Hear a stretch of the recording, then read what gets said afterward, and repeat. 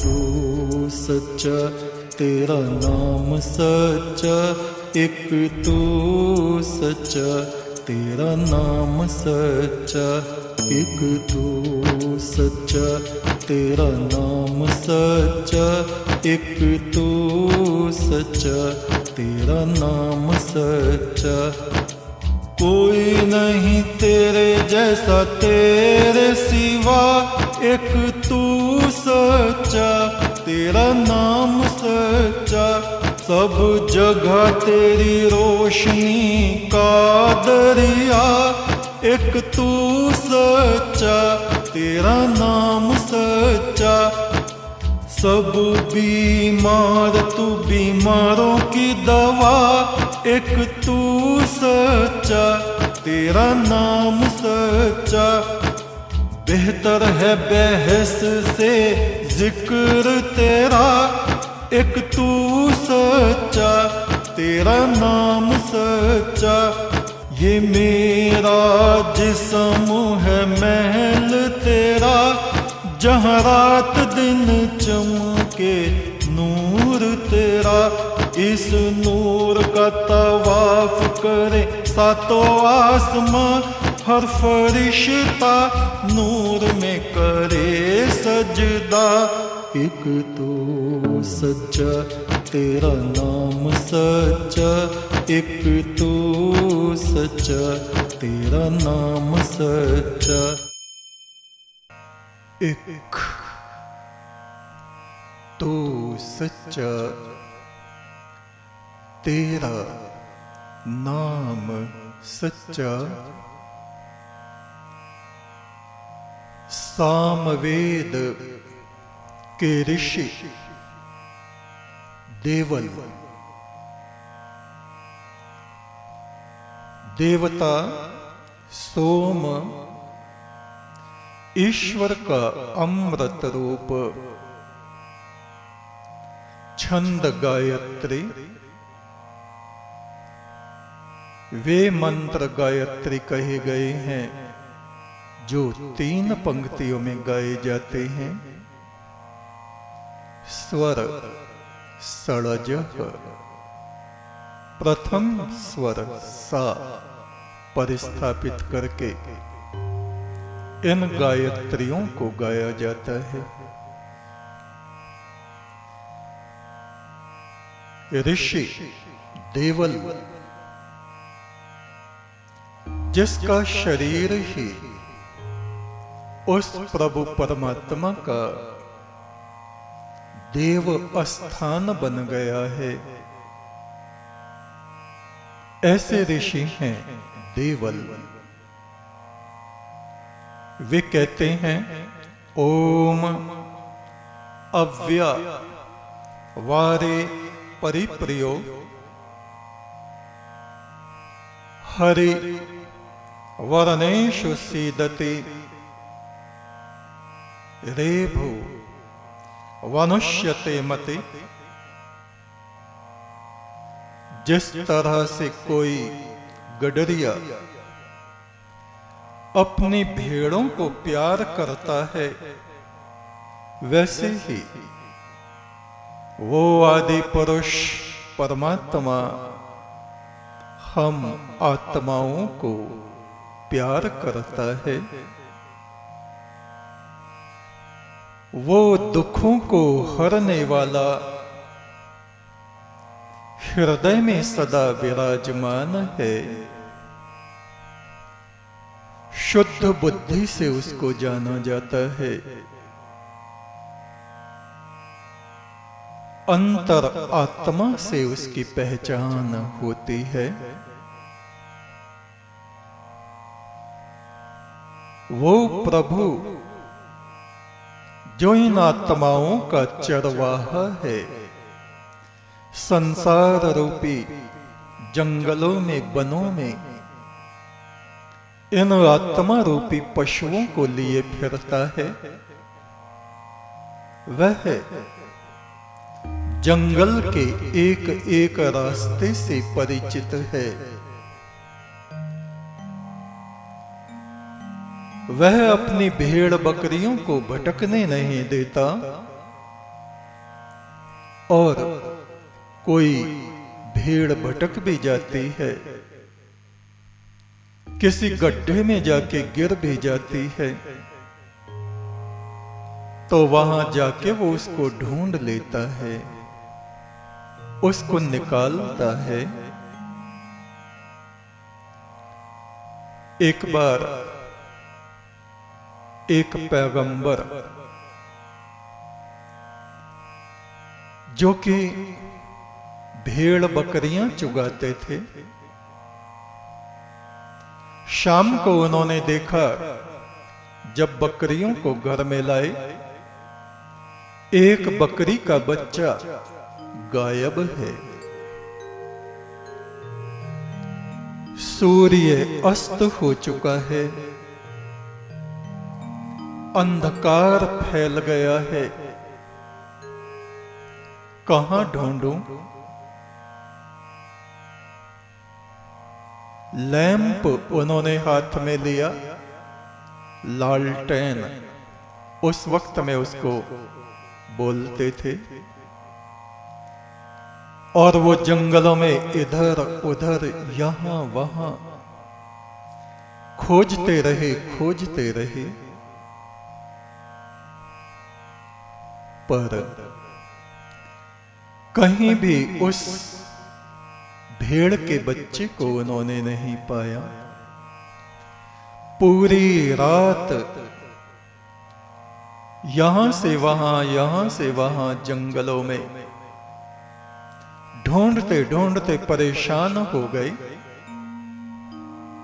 पर ढूंढना उन्होंने छोड़ा नहीं।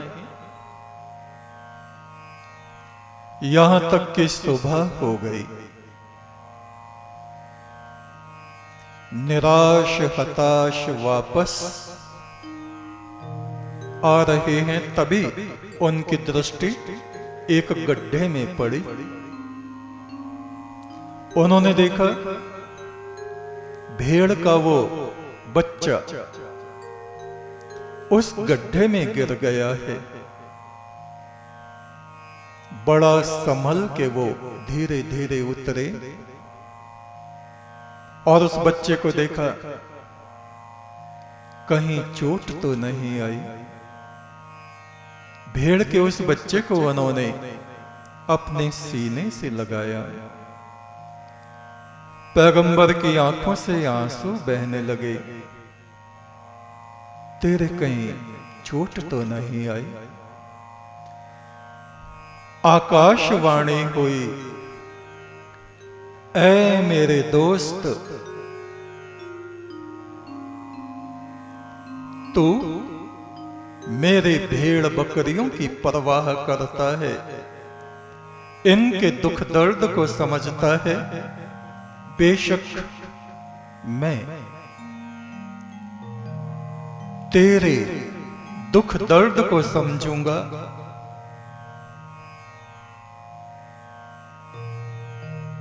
इन्नल्लाह युहिब्बुल मुहसिनीन, बेशक नेक लोगों को ही परमात्मा अपना दोस्त बनाता है। युहिब्बुल मुहसिनीन, जिनके दिल में मोहब्बत है दूसरों के लिए, केवल इंसानों के लिए ही नहीं, जानवरों के लिए भी। जिनका दिल तड़प उठता है, परमात्मा कहता है वे मेरे दोस्त हैं। रेभो वनुष्यते मति, इस वेद मंत्र में ऋषि देवल कह रहे हैं तुम ऋभु बनो।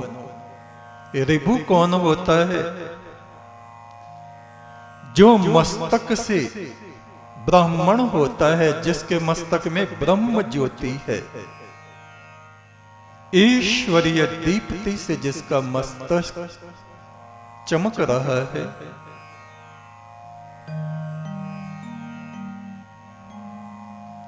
छत्र बल को तुम धारण करो, जिसकी भुजाएं सदा दूसरों की मदद के लिए आगे बढ़ती हैं, दूसरों की हिफाजत, रक्षा और मदद जो करता है। और तीसरे, वैश्य वणिक, तुम केवल अपना ही नहीं पूरे समाज का पालन पोषण करो। एक प्रजापति की तरह, प्रजापति भव, प्रजा के स्वामी की तरह तुम सबका पोषण करो। और चौथे, श्रमिक, शूद्र, शूद्र का अर्थ दलित नहीं, घोर परिश्रम करने वाले बनो, शीघ्रता से कार्य करने वाले बनो। कारीगर जैसे होते हैं, उनके कार्य, उनकी कृतियां, चाहे वो मकान बना रहे हैं, चाहे वो फलों को बेच रहे हैं, चाहे वो लकड़ी का काम कर रहे हैं, लोहे का काम कर रहे हैं, उनके कार्य से समाज की जरूरतें पूरी होती हैं। श्रमिक, ये चारों बातें जिनमें है। और एक वनचर, वनों में विचरण करने वाला एक व्यक्ति, ये पांचवा भाव हमारे यहां ऋषियों में कहा गया है। ब्राह्मण, मस्तक से हम ब्रह्म को जानने वाले, ब्रह्म में रमण करने वाले ब्राह्मण आत्मा बने। ब्राह्मण कोई जाति नहीं, भुजाओं से, शरीर से हम बलिष्ठ बने, क्षत्रिय बने। क्षत्रिय कोई जाति नहीं। हम वणिक बने, वैश्य बने, दूसरों का पालन पोषण करने वाले प्रजापति बने। और शूद्र, शीघ्रता से दूसरों के लिए कार्य करने वाले श्रमिक बने, चाहे वो कार्य खेती का हो या कोई दूसरा हो। और वनचरः, इतना सब करते हुए हमारा मन, हमारी आत्मा एक ऋषि की तरह वन में विचरण करने वाली हो। ये नहीं कि सब छोड़ के वनों में चले जाओ। वन से सदन सबे कर समझो, मन ही मां ही उदासा, रे मन ऐसा कर सन्यास। ऐसा सन्यास तुम धारण करो, घर में रहते हुए घर को जंगल और वन जैसा उजाड़ समझते हुए, किंतु उस वन में ईश्वर आराधना के पुष्प खिल रहे हों, परोपकार के पुष्प खिल रहे हों। हमारा भोजन केवल हमारे मुख तक ही ना जाए। असुर प्रवृत्ति के लोग वे होते हैं जो केवल अपने ही मुख में अन्न की आहुति डालकर संतुष्ट होते हैं। देवो भवः, तुम देव बनो, दिव्य आत्मा बनो। देवात्मा कौन है? जो दूसरों को देते हैं। अपने मुख का टुकड़ा भी जो दूसरों को अर्पित करते हैं और उसमें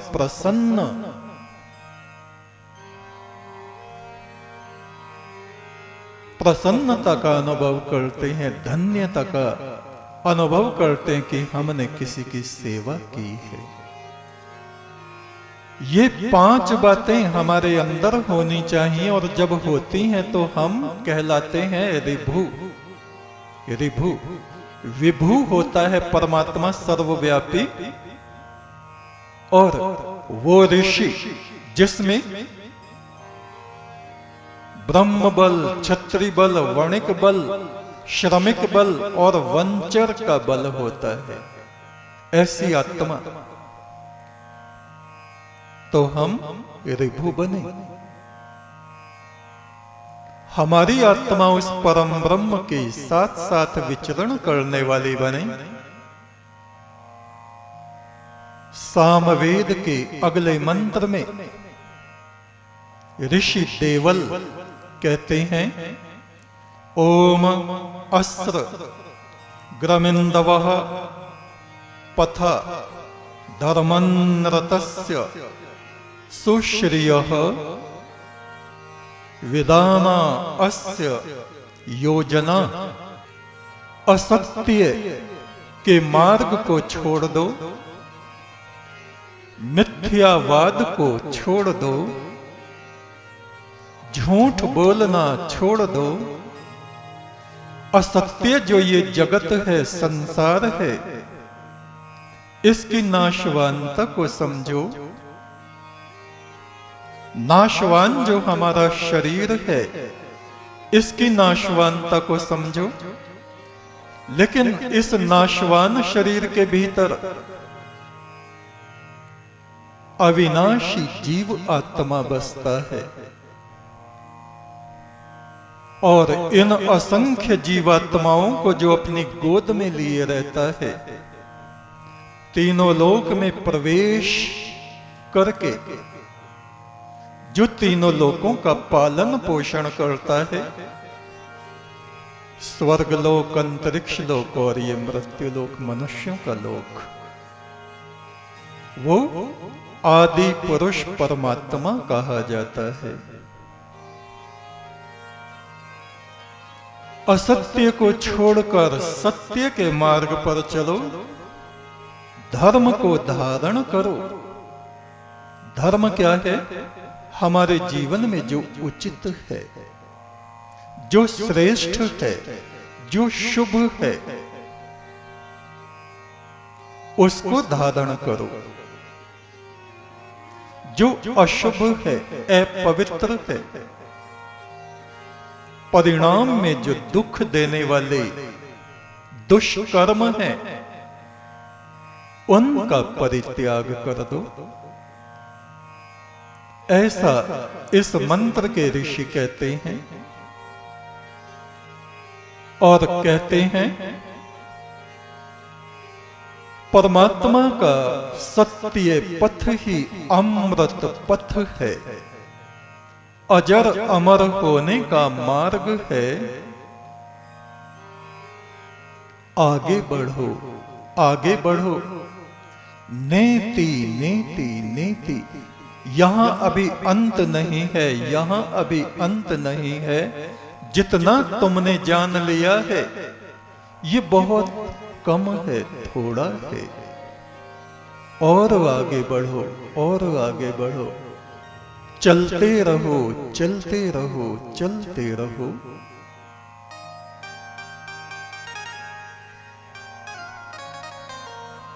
और जब परमात्मा के मार्ग में चल पड़े हो, तो पीछे पलट के चमक दमक वाले मार्ग को, जो संसार का मार्ग है, जो धोखे और छल से भरा हुआ है, जो देखने में बड़ा चमकीला मगर विष से भरा हुआ है, ऐसे मार्ग के आकर्षण में पलट मत जाना। ऐसा देवल ऋषि सामवेद के इस मंत्र में कह रहे हैं।